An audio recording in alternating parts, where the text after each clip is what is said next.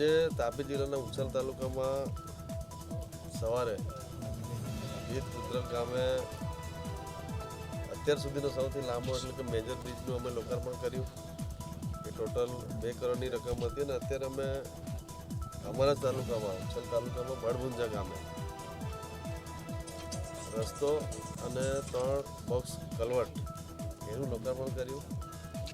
વર્ષોથી આ વિસ્તારના અમારા જે આગેવાનો છે, સરપંચશ્રીઓ અને મહારાષ્ટ્રના લોકોની માગણી હતી કે આ રસ્તો સારો બની જાય અને જે ડૂબા પુલ હતા એ પણ ઊંચા બને એના માટેની માગણી હતી. અમે સરકારશ્રીમાં રજૂઆત કરી કે ટોટલ 2.70 કિમીનો રોડ બનાવવામાં આવ્યો. જે ડૂબા પુલ હતા એની જગ્યાએ બોક્સ કન્વર્ટ એ 3 બનાવવામાં આવ્યા. એટલે આગામી દિવસોમાં આ જે ગામ છે અમારું બળભુંજા, અહીંયાથી મહારાષ્ટ્રના લોકોની પણ અવરજવર રહી છે. સોનગઢ તાલુકાના લોકો પણ આ રસ્તાનો ઉપયોગ કરે છે. એટલે આવનાર દિવસોમાં આ રસ્તો અને આ બોક્સ કન્વર્ટ બનવાથી 1 થી 2 કિલોમીટરનું જે અંતર એ પણ ઓછું થઈ જશે અને આ વિસ્તારના ખેડૂતોને, વેપારીઓને એના માટે ખૂબ ઉપયોગી બનશે. અમારા આ જ ગ્રામ પંચાયતમાં અમારું જે દેવમોગરા માતાનું મંદિર છે ત્યાં પણ લોકોની અવરજવર માટે આ જે રસ્તો અને જે રસ્તાનું કામ કર્યું છે આગામી દિવસોમાં ખૂબ ઉપયોગી બનશે. તો આ તબક્કે અમારા જે ગ્રામજનો એમણે પણ વર્ષોથી એમની માગણી હતી. સરપંચ શ્રી નરેશભાઈ હતા અમારા, એમણે પણ માગણી કરેલી. આજે આ કાર્યક્રમમાં તમામ અમારા આગેવાનો પણ ઉપસ્થિત રહ્યા.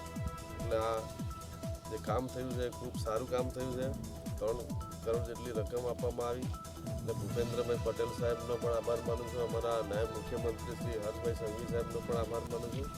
આવનાર દિવસોમાં આ રસ્તો બનવાથી આ વિસ્તારના લોકોને ખૂબ ઉપયોગી બનશે. મેજર બ્રિજનું લોકાર્પણ કરવામાં આવ્યું. આ બ્રિજ આજથી ચાલુ થશે ત્યારે આ વિસ્તારના 500 જે ગામ છે એમને અમારા ઉછલ તાલુકામાં મહારાષ્ટ્રમાં નવાપુર જવા માટે 3.5 કિલોમીટર જેટલું અંતર હતું. આ બ્રિજ બનાવવાથી એનું અંતર ઘટીને 1 કિલોમીટર થશે. વર્ષોથી આ વિસ્તારના તમામ ખેડૂતોની પણ માગણી હતી, આગેવાનોની માગણી હતી. સરકારશ્રીએ પૂર્ણ કરીને આ તાપી જિલ્લામાં જિલ્લા પંચાયત હસ્તકનો સૌથી લાંબો બ્રિજ છે. બ્રિજની કામગીરી પણ ખૂબ સરસ કરી અને આવનાર દિવસોમાં જેટલા પણ લોકો એટલે કે 500 ગામના જે નાગરિકો છે, કોઈ કોલેજમાં જાય છે, કોઈ એપીએમસીમાં જાય છે, આઈટીઆઈમાં જાય છે, અને 3.5 કિલોમીટરની જગ્યાએ 1 કિલોમીટર જ અંતર થશે. એટલે આવનાર દિવસોમાં આ બ્રિજનો ખૂબ ફાયદો થશે.